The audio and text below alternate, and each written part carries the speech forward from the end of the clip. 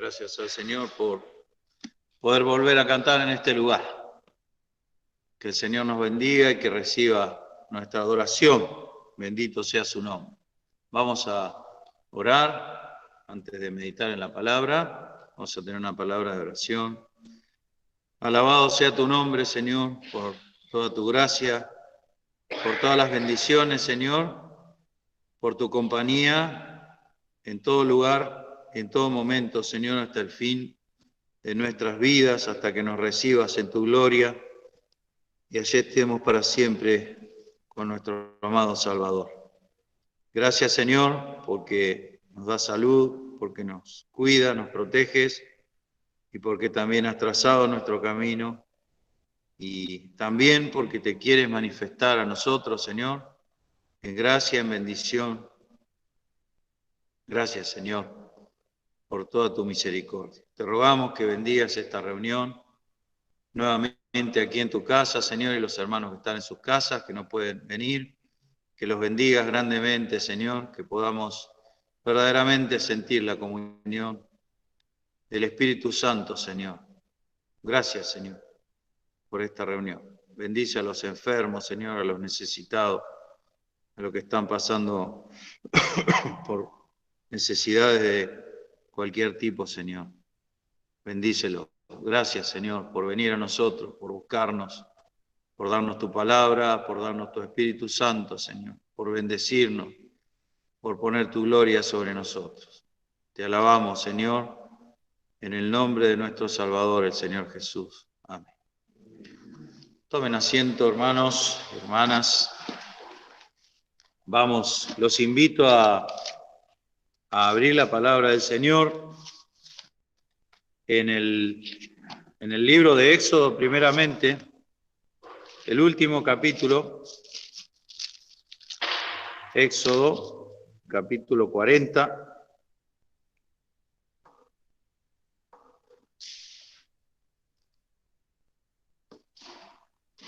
Vamos a leer algunos versículos salteados para tener una pequeña meditación antes de orar. Dice Éxodo 40, versos 16 y 17, que hemos compartido también el domingo. Y Moisés hizo conforme a todo lo que Jehová le mandó, así lo hizo. Y así, en el día primero del primer mes, en el segundo año el tabernáculo fue erigido. Recordamos que se está refiriendo al segundo año de la salida de Egipto, un año exactamente, y cuando ellos estaban esclavos, van al desierto y arman este templo. El tabernáculo era un templo portátil, un templo no como este, sino un templo que era como una carpa que se desarmaba y se trasladaba hasta el lugar donde Dios lo indicara, un templo peregrino, podríamos decir. Luego, dice, describiendo cuando se arma por primera vez este tabernáculo, más adelante en el versículo 33, dice, finalmente erigió el atrio en derredor del tabernáculo, es decir, era como un patio rodeado por una cortina que impedía que se viese hacia adentro, el atrio en derredor del tabernáculo y del altar, y puso la cortina de la puerta del atrio, y así acabó Moisés la obra.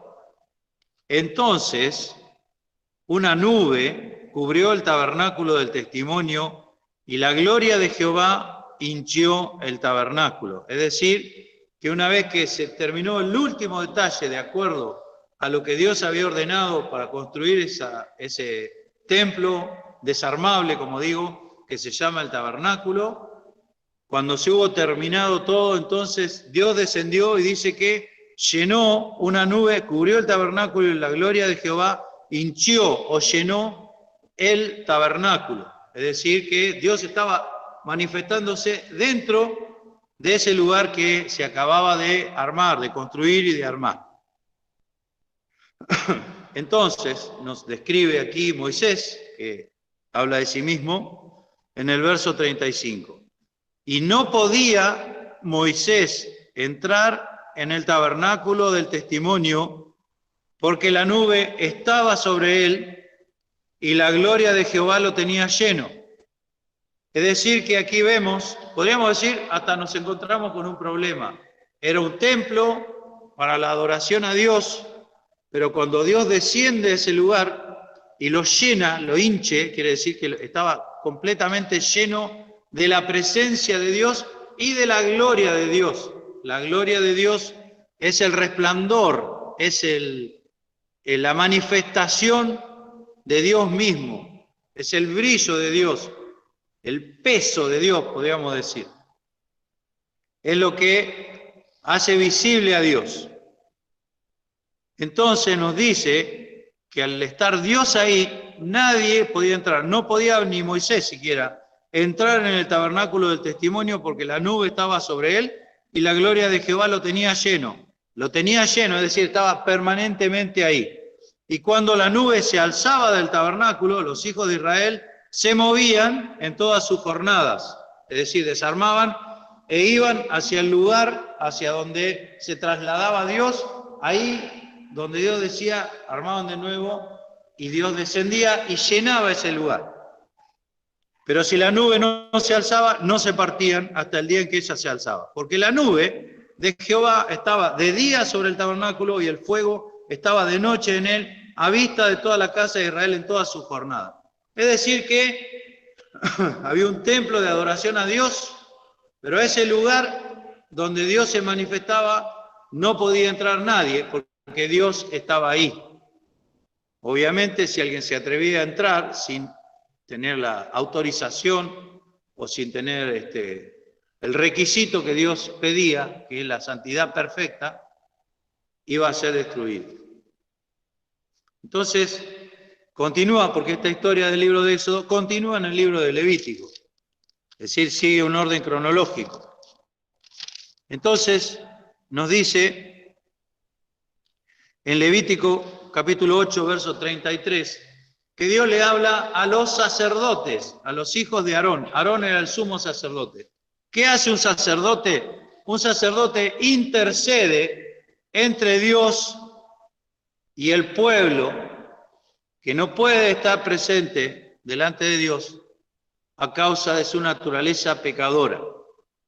Todos somos pecadores y necesitamos que alguien interceda entre Dios y nosotros para que no muramos. Entonces este pueblo, para poder presentarse delante de Dios, necesitaba un sacerdote. Y Dios elige un sacerdote de su agrado, llamado Aarón y toda su descendencia, y los presenta en la puerta del tabernáculo. No podían entrar ellos tampoco, ni Moisés, ni Aarón, su hermano, que era el sacerdote.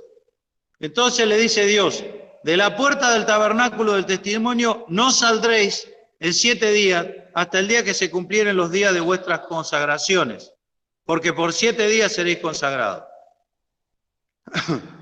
Versículo 35. A la puerta pues del tabernáculo del testimonio estaréis día y noche por 7 días y guardaréis la ordenanza delante de Jehová para que no muráis, porque así me ha sido mandado. Y Aarón y sus hijos hicieron todas las cosas que mandó Jehová por medio de Moisés.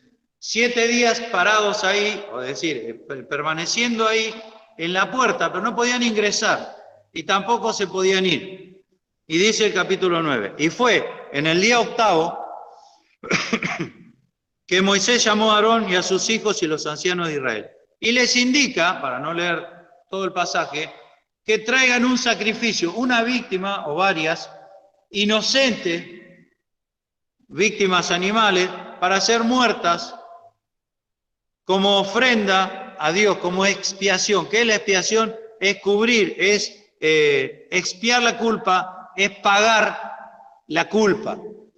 El pueblo es culpable y para que no muera el pueblo, el sacerdote toma una víctima inocente y la ofrece delante de Dios. Y esa sangre expía, paga la culpa del pueblo. Entonces nos dice aquí, en el verso 4, que Dios le está diciendo que traigan un buey, un carnero para sacrificio de paces, que inmolen delante de Jehová, y un presente amasado con aceite. porque Jehová se aparecerá hoy a vosotros. Le dice Dios, Jehová se aparecerá hoy a vosotros. Dios estaba ahí, se veía la nube y la gloria de Dios llenaba el templo. Los sacerdotes estaban afuera y Dios les hace traer un sacrificio, porque Dios se iba a aparecer. Entonces en el verso 6, Moisés dijo, esto es lo que mandó Jehová, hacedlo y la gloria de Jehová se os aparecerá. Es decir, que Dios tiene una intención en lo que está haciendo. Como sabemos, todas estas ceremonias eran como si fuera un modelo a escala, una sombra de aquello que iba a suceder en el cielo y también en la tierra, que los pecadores iban a encontrar un sacrificio que agrada a Dios y que iba a ser ofrecido en lugar de ellos para que pague por sus culpas, lo expíe delante de Dios, para que la gloria de Dios pueda aparecerse a los pecadores y los pecadores no mueran, porque Dios es absolutamente santo y nosotros somos absolutamente pecadores. Hay una incompatibilidad que solo se soluciona con un sacrificio que expíe la culpa de los pecadores.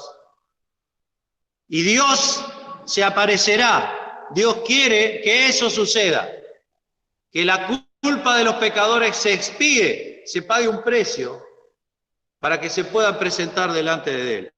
Si usted hace eso, dice Moisés, y Dios por Moisés, si usted hace eso, la gloria de Jehová se os aparecerá. Y entonces ofrece los sacrificios. Dice el versículo 7, dijo Moisés a Aarón, llégate al altar. Fíjense el proceso. Haz tu expiación, porque Aarón también era un pecador. El sacrificio que Dios eligió después, que es Jesús, él no necesitaba una ofrenda por su propio pecado porque no lo tenía. Pero en el caso de Aarón, que representaba lo que iba a venir después, dice, llégate al altar, haz tu expiación y tu holocausto, y haz la reconciliación por ti y por el pueblo. Luego nos dirá la carta a los Hebreos que la parte de por ti, el Señor Jesús no la necesitaba, solamente la del pueblo. Haz también la ofrenda del pueblo y haz la reconciliación por ellos, como ha mandado Jehová. Esto es lo que hizo Jesús por todos nosotros, por todo aquel que cree. Se acercó al altar, que es la cruz. Se acercó al altar, hizo la expiación, pagó el precio, derramando su sangre. Hizo la reconciliación entre Dios y nosotros, y también hizo una ofrenda por nosotros, y quedamos, cualquiera que lo desee y cree, quedamos reconciliados con Dios. Siendo enemigos de Dios, Dios propuso una ofrenda que nos reconcilió con Él. Recordemos que en Éxodo capítulo 40 decía que nadie, ni Moisés siquiera, Moisés no podía entrar al templo porque estaba la gloria de Dios ahí. Hasta ahora, hasta este momento, 8 días después de erigido el tabernáculo, nadie ha podido ingresar adentro del tabernáculo, porque la gloria de Dios está ahí. Ahora fíjense el versículo 23, Levítico 9. Y entraron Moisés y Aarón en el tabernáculo del testimonio. ¿Con qué entraron? Nos dice la explicación de los capítulos anteriores de Levítico, con un recipiente con sangre, e hicieron la expiación dentro del templo. Es como si, permítanme explicarlo así, como si hubieran mostrado a Dios la sangre del sacrificio y Dios hubiera quedado conforme con ese sacrificio. Entonces dice, entraron Moisés y Aarón en el tabernáculo del testimonio y luego salieron y bendijeron al pueblo y la gloria de Jehová se apareció a todo el pueblo.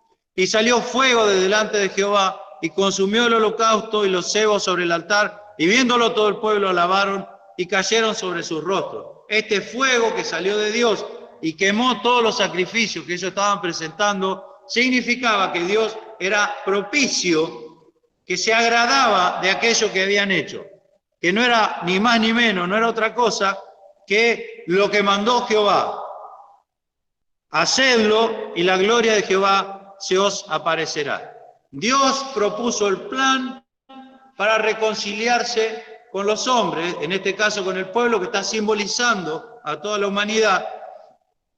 Él tiene la voluntad de aparecer, Él nos muestra cómo hacer para que Dios se acerque a nosotros y lo cumple cuando nosotros obedecemos.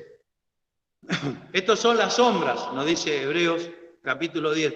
Las sombras eran estas cosas, como si fuera, permítame decirlo así, una actuación de lo que sucedía en los lugares celestiales que nosotros no podemos ver. La víctima está Moisés representando la ley, está Aarón representando el sacerdocio y está la sangre representando el sacrificio. Las tres cosas representan a uno y el único, que es Jesucristo, que entró al templo celestial, no al tabernáculo hecho de mano, nos dice Hebreos, sino al mismo cielo, y presentó su propia sangre como sacerdote y además como víctima.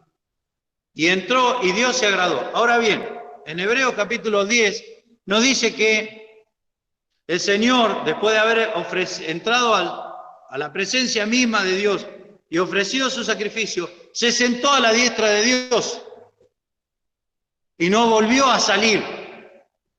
Entonces aquí, esta sombra de las cosas celestiales nos indican algo que difiere, podríamos decirlo así, de lo que sucedió en el Nuevo Testamento, porque el Señor quedó sentado en el templo de Dios y no volvió a salir. Y acá dice que Moisés y Aarón salieron y bendijeron al pueblo y vino un fuego que consumió el sacrificio. Si yo no me fuere, le dijo el Señor, Juan 16, versículo 17, si yo no me fuere, el Espíritu Santo no vendría a vosotros. Es decir, que esta obra se completa con las tres personas de la Trinidad. Dios que propone y podríamos decir planea la manera de salvar.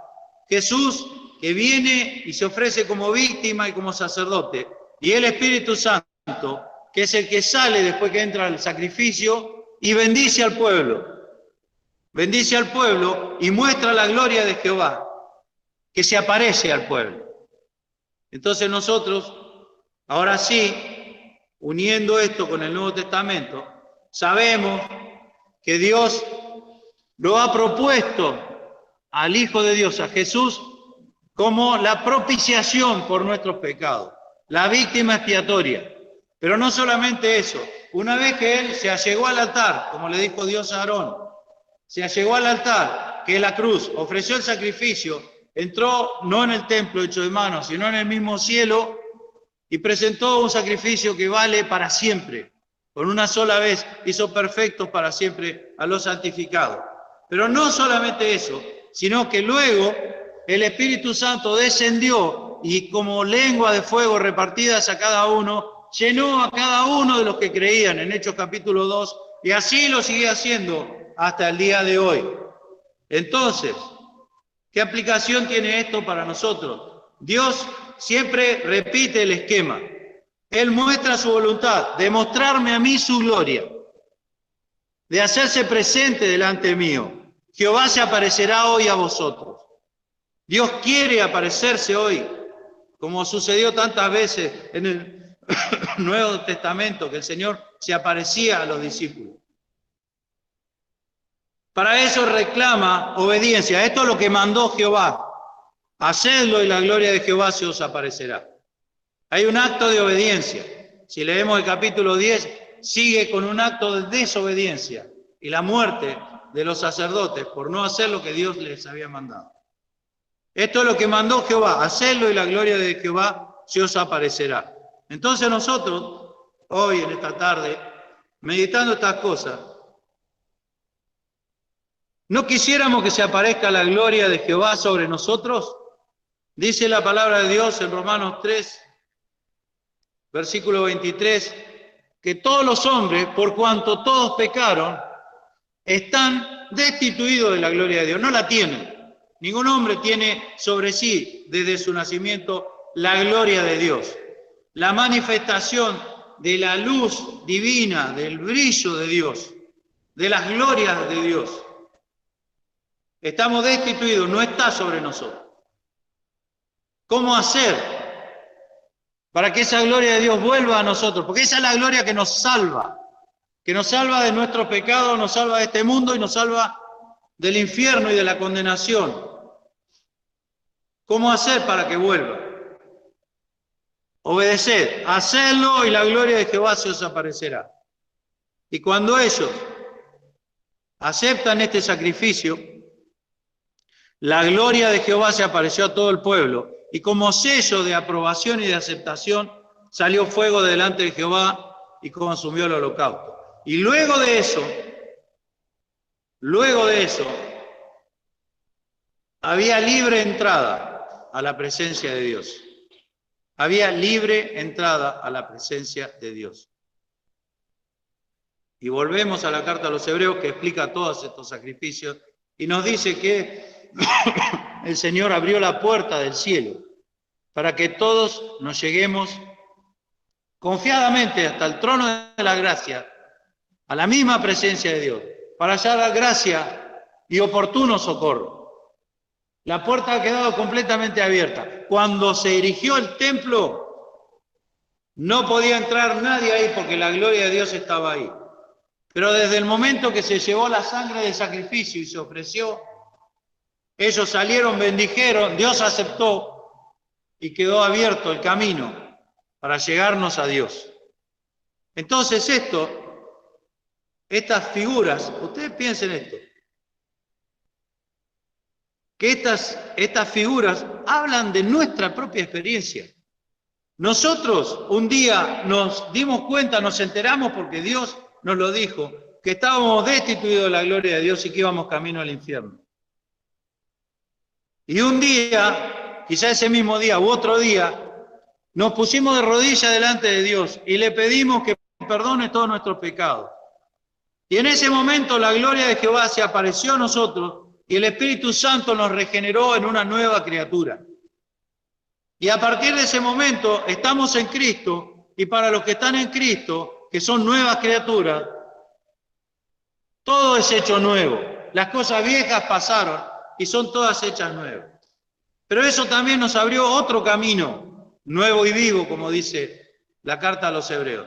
El camino de poder presentarnos libremente delante de Dios. Y cuando nos presentamos, como Dios dice, haced esto, sucede la otra parte de la promesa, la gloria de Jehová se os aparecerá.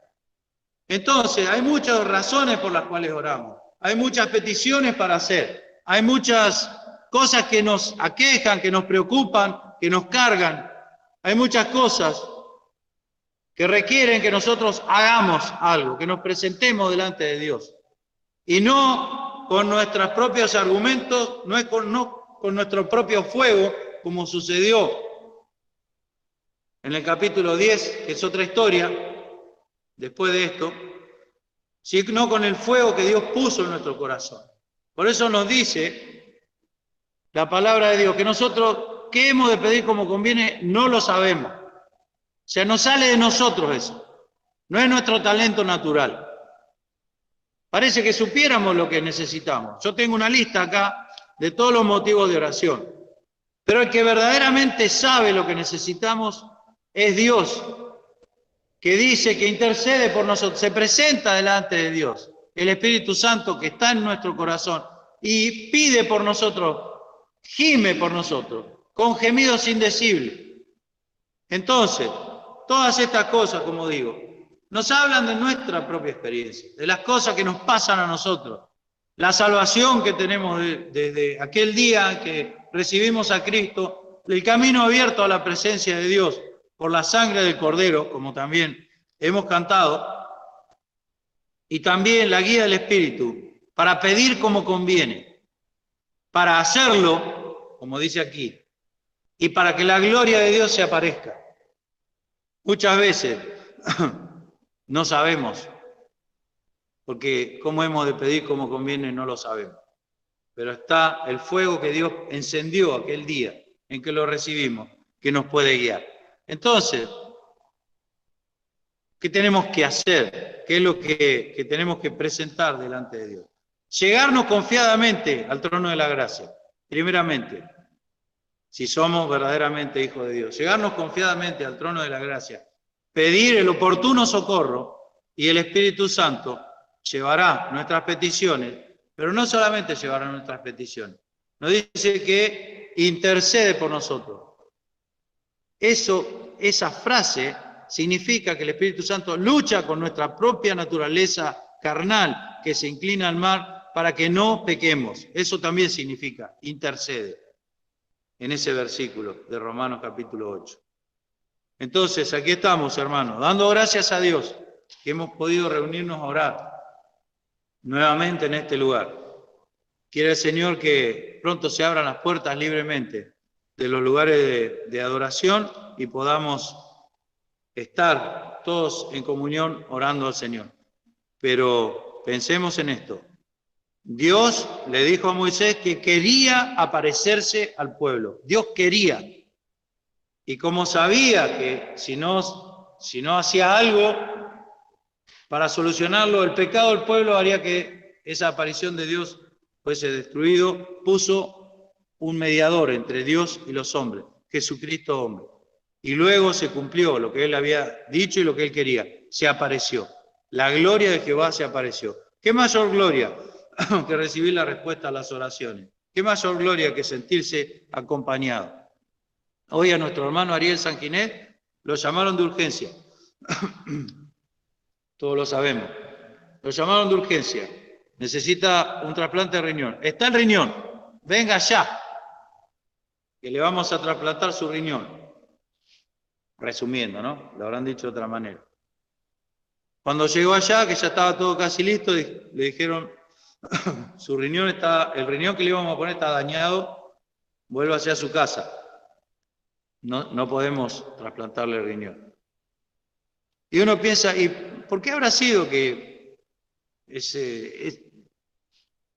¿no es cierto? Como que Dios permitió eso. Yo creo, lo primero que se me ocurrió pensar, seguramente Dios tiene una lista infinita de razones, pero es para que Ariel también sepa que él está acompañado, que el Señor está al mando de todo. Porque no, ese riñón no, él no es para él. Además quedó primero en la lista ahora, porque ahora le deben un riñón, ¿no? Algo así. Pero verdaderamente se debe sentir acompañado el hermano, porque Dios impidió algo que iba a ser tremendo para él, porque dice que tenía una arteria rota el riñón para trasplantar. Entonces, a veces pasa que nos salvamos en un accidente, nos salvamos milagrosamente, o algo que no iba a suceder irremediablemente no pasa. Porque Dios quiere hacernos saber que está en el control y que está presente. Y entonces esos momentos en que sentimos que el Señor nos protegió, es cuando la gloria de Jehová se nos aparece. Porque si no, pasaríamos, a mí me pasó una vez, salí en el auto, venía viajando, tuve un accidente en la ruta, di 3 vueltas arriba a un puente, un desastre, me podía haber matado, no me pasó absolutamente nada. Cuando le conté, uno de mis hijos dice, bueno, Dios te salvó del accidente. Lo ideal hubiera sido que no hubieras tenido ningún accidente. No. Lo ideal es lo que pasó, que Dios me salvó del accidente, porque si no, uno no percibe que Dios lo está cuidando, porque no percibió el peligro, entonces no se da cuenta que Dios lo cuida a uno. Son esos momentos en que la gloria de Jehová se nos aparece. Cuando el Señor nos responde milagrosamente a una situación quizá irremediable. Y también la gloria de Jehová, como dice acá, se nos aparece cuando obedecemos. Hacedlo, da un paso de obediencia y la gloria de Jehová se os aparecerá. Eso nos habla de la vida de fe, porque si no hacemos, nunca se va a aparecer la gloria de Jehová. El pecador, si no cree en la obra de Jesucristo y no pide perdón por su pecado, por su naturaleza pecaminosa, nunca va a recibir el Espíritu Santo. No es al revés. No puede suceder nunca al revés. Primero tiene que creer y después recibe el Espíritu Santo. Hacedlo y la gloria de Jehová se os aparecerá. Si hay algo que Dios te ha pedido, a cualquiera de los que estamos aquí, los que están escuchando, a mí, si hay algo que Dios nos pide, hacedlo y la gloria de Jehová se os aparecerá. No esperemos que sea al revés. No esperemos que sea al revés. El mundo dice, yo cuando veo, creo. No es cierto. Tampoco es cierto que cuando ven, creo. El mundo vio a Jesús crucificado y igual seguían sin creer en él. Y siguen sin creer en él. Pero la vida de fe del creyente es, primero creo y después la gloria de Jehová se os aparecerá. Así que hermanos, pensemos en todas nuestras situaciones, las pequeñas y las grandes. Y recordemos este texto. Esto es lo que Jehová mandó. Hacedlo y la gloria de Jehová se os aparecerá. ¿Qué me estará pidiendo el Señor? A cada uno nos estará pidiendo diferentes cosas. Esto es lo que mandó Jehová. Hacedlo y la gloria de Jehová se os aparecerá. El Señor mandó orar. Hagámoslo y la gloria de Jehová se nos aparecerá. Quiere el Señor bendecirnos con estas meditaciones. Ojalá que el Señor pueda hablarnos. Y vamos a mencionar, hermanos, ahora que nos vamos a disponer a orar, una larga lista de motivos de oración para recordar. Primeramente, se nos dice en la palabra de Dios que oremos por las autoridades, para que podamos vivir en este siglo quieta y reposadamente y piamente. Y justamente lo que necesitamos, que podamos adorar a Dios y reunirnos en este lugar, ser librados de las cosas malas, pero tener nuestro lugar de reunión y de adoración. Yo pienso, ¿cómo será el regreso? ¿No? Hoy es el principio del regreso a la reunión de oración, pero ojalá que todos volvamos a la reunión de la iglesia, porque estas reuniones virtuales a las que nos hemos acostumbrado en todos estos meses, hacen que por ahí algunos no tengan ganas de venir a la reunión, de encontrarse. Todo nos pasa y nos acostumbramos a la reunión virtual. Y el Señor, si bien la permite la reunión virtual, diseñó la congregación de los creyentes, no dejando vuestra congregación, sino provocándonos al amor y a las buenas obras. Hay muchas experiencias cristianas que no se pueden vivir si no se viven en una comunidad, en una iglesia, en un conjunto de creyentes. Por ejemplo, yo no puedo soportar al otro si no estoy cerca del otro, si uno está en un lugar. Y dice, soportaos los unos a los otros. Entonces, para poder vivir esa experiencia tenemos que estar juntos, para poder soportarnos. Parece algo sencillo, pero no lo es tanto. Bien, recordemos, mañana nuestro hermano Víctor Hugo tiene que hacer una quimioterapia específica para los huesos. Así que oremos por él, porque está dolorido, está sufriendo, y Elina, su esposa, también, tan mal de salud. Entonces roguemos al Señor su misericordia, su presencia también, junto con ellos. Mónica Almaraz también, recordémosla. Bueno, nuestro hermano Ariel, el que estamos nombrando y orando, hoy se oró mucho por él. Viviana Bonpore, por su salud. Nancy Cafiel, que está con COVID, también oremos por ella. Mi mamá, Elba, que tiene que ser operada de la cadera, ya estaba todo listo y cerraron la clínica por el COVID, se enfermaron los médicos. Así que no se puede operar por ahora. Los padres de Mariano Sastre también, los padres de Javier Macedo. Recordemos a Irma, la madre de Claudia Fischer, el hijo de Martita Tubino, una hermana que es miembro de la iglesia también, oremos por él. Joaquín, el hijo de Elcita Silva, por Marina Fernández y familia, que gracias a Dios Marina no dio positivo de COVID, así que ahí está nuestra querida hermana. También por Juan, que lo tenemos aquí presente, por Rocío y Alejandra, tengamos una oración especial por nuestro hermano Juan, que ha recibido a Cristo hace pocos días, ¿no? Hace algunos días, así que también oremos por él. Por Carlos Hernández, el suegro de Soledad Altamirano, la conocemos de pequeña, a Sole, así que también oremos por él. Por Julia Nielse y sus hijos, por Adrián y Sonia y sus niños, también tengámoslos presentes. Ninguno de nosotros se va a poder acordar de toda esta lista. Por eso pensemos en esto como una oración también, para que recordemos a todos. Juliana, la pequeña sobrina de los Hansen, con, ¿cómo se llama lo que tiene? Leucemia, ¿no? ¿Leucemia? Juliana, sí. Bueno, también por las actividades de la iglesia, porque se inicia esta nueva etapa semipresencial, por Claudia Rodríguez, su salud y su familia, por los hermanos y la obra de lobería, por la obra material en el templo, las reuniones en el anexo, la escuela bíblica, por Graciela Parada y su familia, también, oremos por nuestra hermana, por la salud de Mario y de María del Carmen del anexo, nuestros hermanos que asisten allá, por la mamá de Mónica, Magno, también, roguemos, y también por Mónica y su familia, la salud del esposo de Olguita, Fanuel, y Olguita también, y todo lo que esté en nuestro corazón también, por nuestra familia, nuestros hijos, que el Señor quiera bendecirnos. Así que vamos a pasar unos momentos de oración compartida, tanto los aquí presentes como los hermanos que están en sus computadoras o en sus celulares. Todos podemos participar de la oración. Cuando oran ellos, se escucha acá, y cuando oramos nosotros acá, lo escuchan ellos. Es como si estuviéramos todos en el mismo lugar.